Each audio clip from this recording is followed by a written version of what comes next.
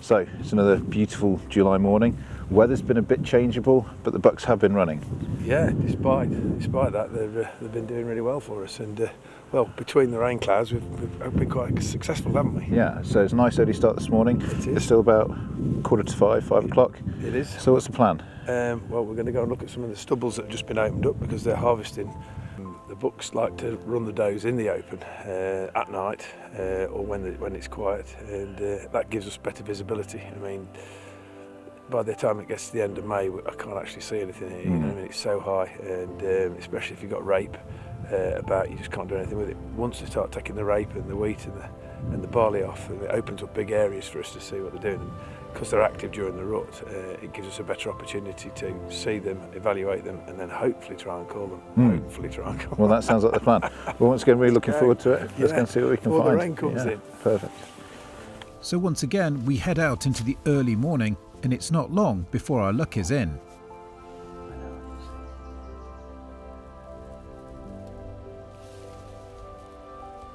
There's a buck and doe out feeding, offering an unexpected chance early on.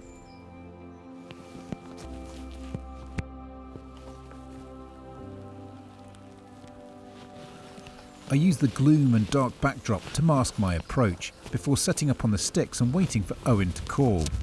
Anything is possible during the rut.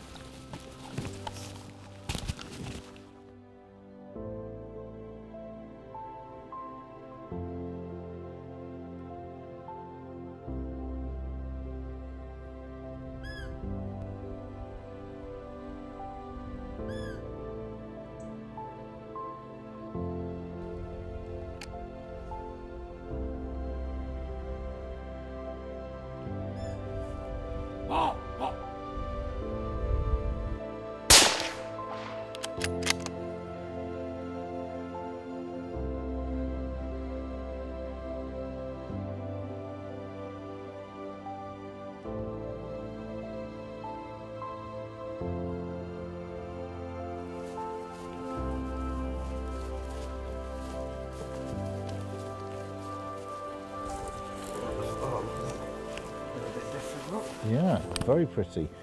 So, who could have predicted that? Less than 10 minutes. Yeah, 10 minutes on the job. And once again, Owen Beardsmore seems to just have this ability to see into the future. And exactly as you said, early morning, let's get out there quick. The weather's been changeable, so you know, clearly they're going to be out early, making the best of it. There is rain coming in a little bit later. And here he was.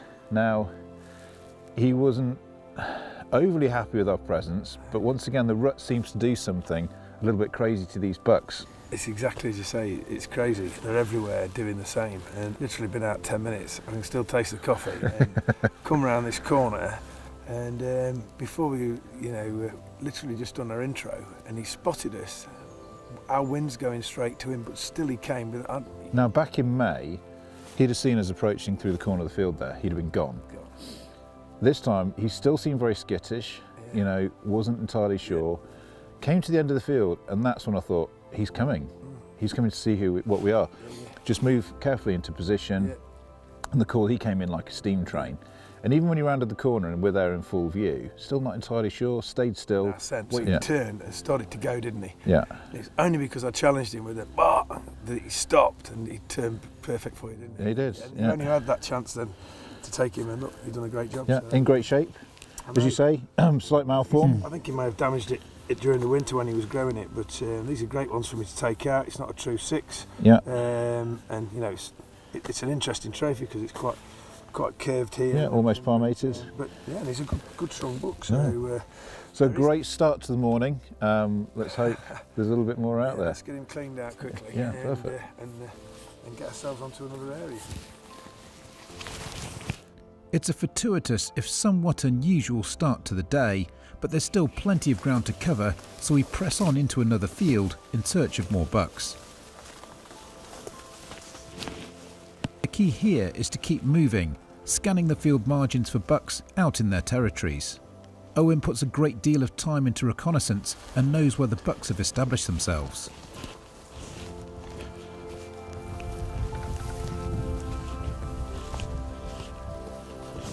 From time to time we stop to call and see if we can bring in the dominant buck. I get set up on my sticks just in case something pops up.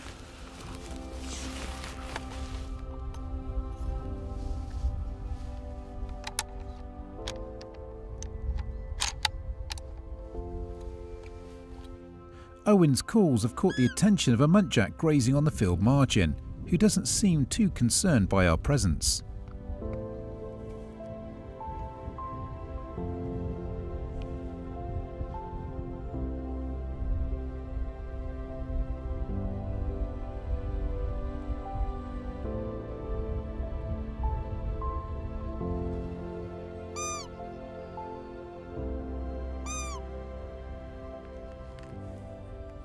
With nothing else showing, we decide to move on and have a spell in the high seat in the hope the bucks will be patrolling their territories.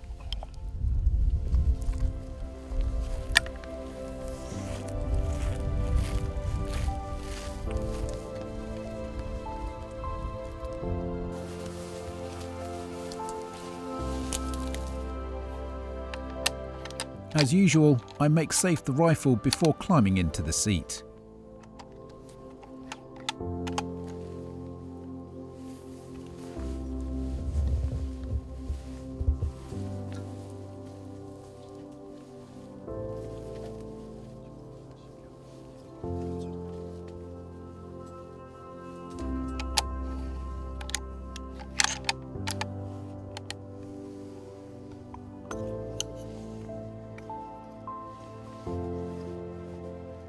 From here we enjoy panoramic views of the ground ahead.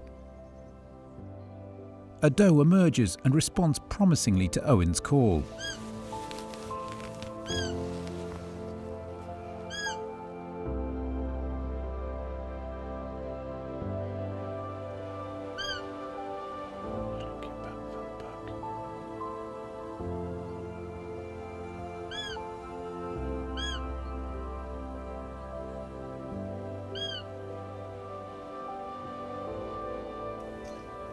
Unfortunately, the bucks are not as responsive and the doe makes a quick escape.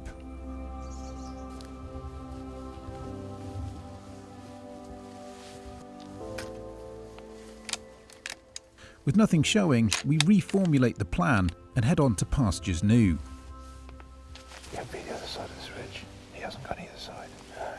And we would have saw him creep out that way. Yeah, and I'd have seen him disappear outside. He may have just laid. Let's see what we can see.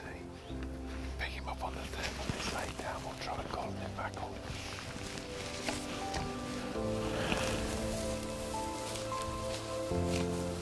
As we reach the brow of the hill, Owen's eagle eyes spot another buck in the distance below.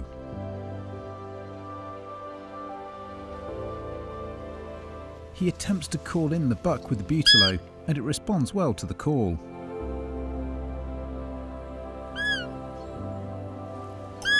With what might be the last chance, I get set up on the sticks ready for the shot.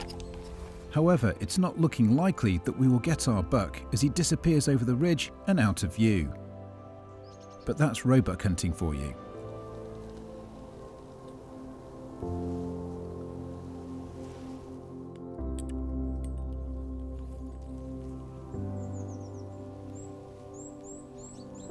So I suppose you could call that the height of frustration, really. Sat up in a seat, started calling, and a doe came charging, and you saw it literally leapt in, bold as brass, before turning off and then heading into the field next door. Now, a little while later, we saw that buck emerge. Now, he was responding to the call. He did start to come in. I had a shot at about 140, 150 yards, and you think, okay, well, he seems to be responding well, let him come in.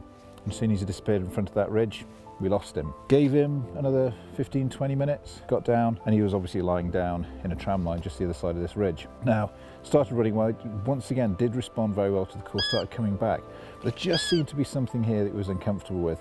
Now, it could be that he'd had a good hiding from a buck, it could be that he's just getting towards the edge of his territory, edge where he feels comfortable, but didn't give us opportunity and didn't come any closer. But that, unfortunately, is roebuck hunting. So we've had a good morning, started off really strongly.